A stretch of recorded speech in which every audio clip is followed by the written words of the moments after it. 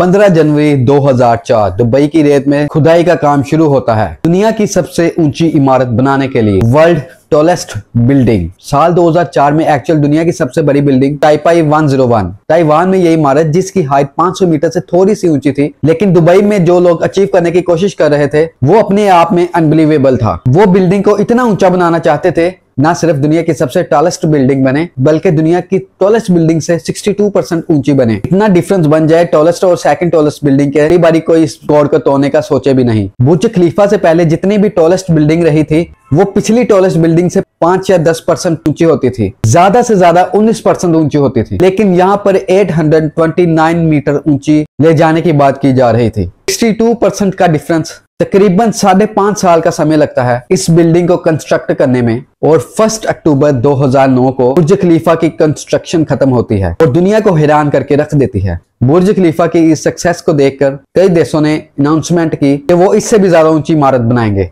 कईयों ने कोशिश भी करी, लेकिन सारे प्लान अभी तक फ्लॉप रहे हैं। 15 साल से ज्यादा हो गए हैं और अब तक बुर्ज खलीफा का रिकॉर्ड कोई भी तोड़ नहीं सका। क्या कारण है इसके पीछे? क्यों इतना मुश्किल है इसका रिकॉर्ड बीट करना? प्रैक्टिकली अगर देखा जाए तो इतनी ऊंची इमारत बनाना पॉसिबल है इंसानों के लिए। चलो आज की वीडियो में हम ये जानने की कोशिश करते हैं। दोस्तों, करीब 4000 सालों से इंसानों के करीब दुनिया का सबसे ऊंचा स्ट्रक्चर रहा द ग्रेट रिमोनर वीजा। इसे बनाया गया था साल 2500 BC के राउंड में और इसकी हाइट है 145 मीटर। इसके रिकॉर्ड को सिर्फ 1300 के बाद ही तोड़ा गया, जब इंग्लैंड में एक चर्च बना जिसकी हाइट थी 160 मीटर। अगले 500 सालों तक इस रिकॉर्ड को चर्च ने ही तोड़ा है। साल 1889 में अल्फा टावर ही बन गया था, लेकिन अल्फा टावर भी एक बिल्डिंग नहीं है जिसमें इंसान रहते हों। यहाँ लोग काम करने के लिए जा सकते हैं। अगर प्रॉपर बिल्डिंगों की बात की जाए तो शिंगोकू काकू की एक बिल्डिंग 1884 में बनी बिल्डिंग, इसे कहा जाता है दुनिया की सबसे पहली बड़ी बिल्डिंग, क्योंकि वो एक ऐसी बिल्डिंग थी जो कि इंसानों के लिए बनाई गई थी, जहां पर लोग काम करने के लिए जा सकें और उसे ऑफिस बेस यूज कर सकें।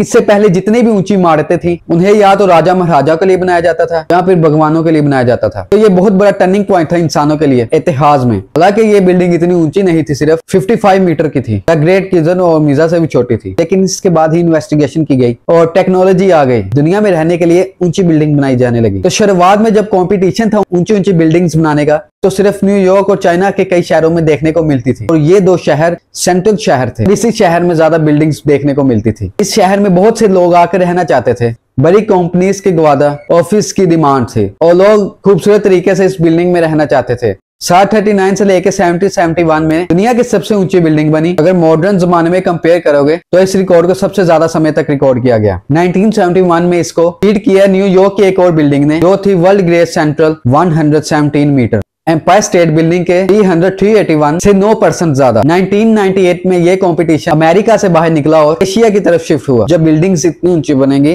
तो उसको अपना वजन होल्ड करना पड़ेगा, क्योंकि ऊपर बहुत तेज हवाएं चल रही होती हैं और उसको कंट्रोल करना पड़ेगा और हवाओं से कोई डैमेज ना हो। बुर्ज खलीफा ने इन सारे चैलेंजेस को होल्ड किया और वो अपने डिजाइन के चलते, डिजाइन अगर आप ऊपर से देखोगे तो एक वाई शेप में है। इन्हें सपोर्ट किया गया है एक बहुत बड़े पिलर के साथ। इस स्ट्रक्चरल सिस्टम को कहा जाता है, जिसे कंस्ट्रक्ट किया था बुर्ज खलीफा के बिल्डर बिल बेकर के द्वारा। इस स्ट्रक्चरल सिस्टम को पहली बार इस्तेमाल किया गया था द साउथ कोरिया में। एक टावर पैलेस 3 बना था। इसकी हाइट 264 मीटर थी। तो फिर उस बिल्डर्स ने सोचा, तो अगर हम इस तरीके को देखें, इससे भी ऊंची बिल्डिंग्स बना सकते हैं। और सिर्फ इसी की मदद से बुर्ज खलीफा इतनी ऊंची बन पाई, इतनी ऊंची कि इसको सेकंड टॉलेस्ट बिल्डिंग से कई 100 मीटर छोटी थी। बुर्ज खलीफा दुनिया की सिर्फ दूसरी बिल्डिंग थी इसमें इस वाई शेप सिस्टम का इस्तेमाल किया गया। इस सिस्टम की वजह से जो हवाएं चलती हैं, हवाओं का इंपैक्ट कम किया जा सकता है। अब कंपेयर कीजिए, न्यूयॉर्क सुपर टॉल की कैटेगरी में आती है, लेकिन क्या करना पड़ रहा है उन बिल्डिंग वालों को? हवाओं से बचने के लिए कुछ फ्लोर्स को खाली छोड़ देते हैं, जिनसे हवाएं आर पार गुजर जाती हैं, जैसे कि हवाएं पास थ्रू कर सकें। बिल्डिंग के एक्सटीरियर की बात की जाए तो 1 लाख मीटर से ज्यादा ग्लास इस्तेमाल किए गए हैं बुर्ज खलीफा के बाहर,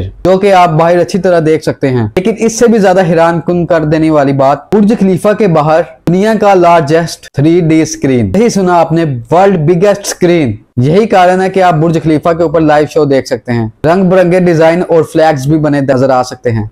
और तो और मूवी के ट्रेलर्स भी देख सकते हो। यहाँ पर एक इंटरेस्टिंग चीज नोट करने वाली है। बुर्ज खलीफा के बिल्डर बिल का कहना है, बुर्ज खलीफा का जो डिजाइन है उसमें एक मॉडिफाई वर्जन इस्तेमाल करें तो एक ऐसी बिल्डिंग बनाई जा सकती है जिसकी हाइट 2 मील से ज्यादा हो। यानी 3 किलोमीटर से ज्यादा। 3 किलोमीटर से लंबी बिल्डिंग बनाना पॉसिबल है। प्रैक्टिकली तो हम माउंट एवरेस्ट की ऊंची बिल्डिंग बना सकते हैं, लेकिन प्रैक्टिकली प्रॉब्लम क्या आएगी, जितनी ऊंची बिल्डिंग होती चली जाती है ना ही ज्यादा वजन आप डाल रहे होगे नीचे के फ्लोर्स पर। वो जो फोर्स बिल्डिंग के नीचे फ्लोर्स पर पड़ता है, तो ऊपर जो हवा का पोस्ट आता है बिल्डिंग को हिला देता है। यही कुछ प्रॉब्लम्स आती है ऊंची बिल्डिंग बनाने में। भारी पर चढ़ना हो तो आहिस्ता आहिस्ता इस पर चढ़ जाते हैं, लेकिन ऊंची बिल्डिंग्स पर चढ़ना जो कि 2 किलोमीटर लंबी हो, उस पर चढ़ना बहुत ही मुश्किल होगा। इसीलिए बड़ी बिल्डिंग्स पे लिफ्ट का इस्तेमाल किया जाता है। दुनिया में बुर्ज खलीफा का रिकॉर्ड किसी ने नहीं तोड़ा। आने वाले 4-5 साल में कोई रिकॉर्ड टूटता नजर नहीं आ रहा। दुनिया से लोग आते हैं बुर्ज खलीफा को देखने, क्योंकि दुबई बुर्ज खलीफा की वजह से काफी मशहूर है। अगर आपको ये वीडियो अच्छी लगी तो लाइक शेयर सब्सक्राइब जरूर कर देना। मिलते हैं अगली व्लॉग में, तब तक के लिए अल्लाह हाफिज।